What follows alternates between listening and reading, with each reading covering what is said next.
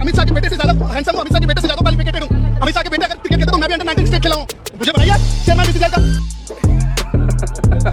Election time ನಲ್ಲಿ voting ಗೆ ಜನ ಬರ್ತಾರಲ್ವಾ, ಅವರಿಗೆ ಗಾಡಿಗಳು ಬಸ್ಗಳು ಬಿರಿಯಾನಿ ಪ್ಯಾಕೆಟ್ ಇಟ್ಕೊಂಡು ವೋಟ್ ಮಾಡಿಸ್ತಿದಾರೋ ಇಲ್ವಾ, ವಾಪಸ್ ಬಿಡ್ತಿದಾರೋ ಇಲ್ವಾ? ಲಾಕ್ ಡೌನ್ ನಲ್ಲಿ ಇದ್ದ ಈ 303 ಎಂಪಿಗಳಲ್ಲಿ ಲಾಕ್ ಡೌನ್ ನಡೀತಿರೋ ಜನರಿಗೆ ಒಂದು ಬಸ್ ಯಾಕೆ ಅರೇಂಜ್ ಮಾಡಿಲ್ಲ? ನಿಮ್ ಮೀಟಿಂಗ್ ಬರೋದಕ್ಕೆ ಬಸ್ ಅರೇಂಜ್ ಮಾಡ್ತೀರಿ, ನೀವು ವೋಟ್ ಮಾಡೋದಕ್ಕೆ ಬಸ್ ಅರೇಂಜ್ ಮಾಡ್ತೀರಿ. ಸ್ಟೇಬಲ್ ಗವರ್ನಮೆಂಟ್ ನೀವು ಇಡೀ ದೇಶದಲ್ಲಿ ನಡ್ಕೊಂಡು ಹೋಗ್ತಾ ಇದ್ರೆ, ವಲಸೆ ಹೋಗ್ತಾ ಇದ್ರೆ, ಒಂದು ಬಸ್ ಅರೇಂಜ್ ಮಾಡಿದ್ರೆ ಒಬ್ಬ ಎಂಪಿ ದೋಸೆ ಈ 300. ನಮ್ಮ ದೇಶ ಎಷ್ಟು ಮಟ್ಟಿಗೆ ಹಾಳಾಗಿದೆ ಅನ್ನೋದನ್ನ ನೀವು ಸುಮ್ಮನೆ ಒಂದು ಉದಾಹರಣೆ ಹೇಳ್ತೀನಿ.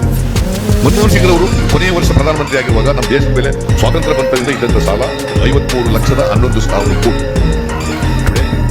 ನಮ್ಮ ದೇಶದ ಮೇಲೆ ಸಾಲ 152 ಲಕ್ಷ ಕೋಟಿ, ಸುಮಾರು 100 ಲಕ್ಷ ಕೋಟಿ ನರೇಂದ್ರ ಮೋದಿ ಅವರ ಈ 8 ವರ್ಷಗಳ ಅವಧಿಯಲ್ಲಿ ಸಾಲ. ಬರೀ ಬಡ್ಡಿ ಕಟ್ಟಬೇಕಾಗುತ್ತೆ ಇನ್ಮೇಲೆ. आपने नरेंद्र मोदी के इंटरव्यू देखे वो चमचों वाले इंटरव्यू है, देखे नहीं देखे?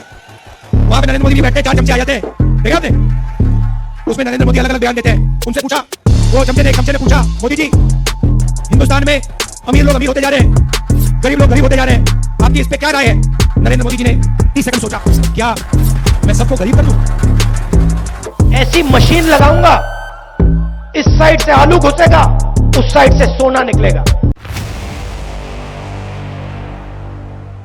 ಇದೆಲ್ಲ ನೋಡಿ ಕನ್ಫ್ಯೂಸ್ ಆಗ್ತಾ ಇದೆಯಾ? ಕನ್ಫ್ಯೂಸ್ ಆಗಬೇಡಿ. ನೀವು ಅಂದ್ಕೊಂಡಿರೋದು ಸುಳ್ಳು ಅನಿಸ್ತಾ ಇದೆಯಾ? ಬನ್ನಿ ಕ್ರಾಸ್ ಚೆಕ್ ಮಾಡಿ. ನೀವು ನಮ್ಮದೇ ಇರೋ ವಿಷಯ ನಿಜಾನ ಒಂದು ಸರ್ತಿ ಕಣ್ತೆಗೆದು ನೋಡಿ. Social media shorts, reels, WhatsApp status ನೋಡ್ಬಿಟ್ಟು ಅದನ್ನೇ ನಿಜ ಅಂತ ಅಂದ್ಕೋಬೇಡಿ. ಅದನ್ನೇ ನಿಜ ಅಂತ ಅಂದ್ಕೊಂಡ್ರೆ ನಿಮ್ಮಂಥ ಮೂರ್ಖರು ಮತ್ತೊಬ್ಬರಿಲ್ಲ. ಯಾವುದೋ ಒಂದು ವಿಷಯದ ಅವ್ರ ಟಾಪಿಕ್ನ ಸತ್ಯಾಂಶನ ರಿಯಲಿಫೈ ಮಾಡುತ್ತೆ ಈ ರಿಯಲಿಫೈ ಚಾನಲ್. ಸಬ್ಸ್ಕ್ರೈಬ್ ಮಾಡಿ. ನಮ್ಮ ವಿಡಿಯೋ ನಿಮ್ಮವರೆಗೂ ರೀಚ್ ಆಗಬೇಕು ಅಲ್ವಾ? ಹಾಗಾಗಿ ಬೆಲ್ ಐಕಾನ್ನ ಜೋರಾಗಿ ಒತ್ತಿ.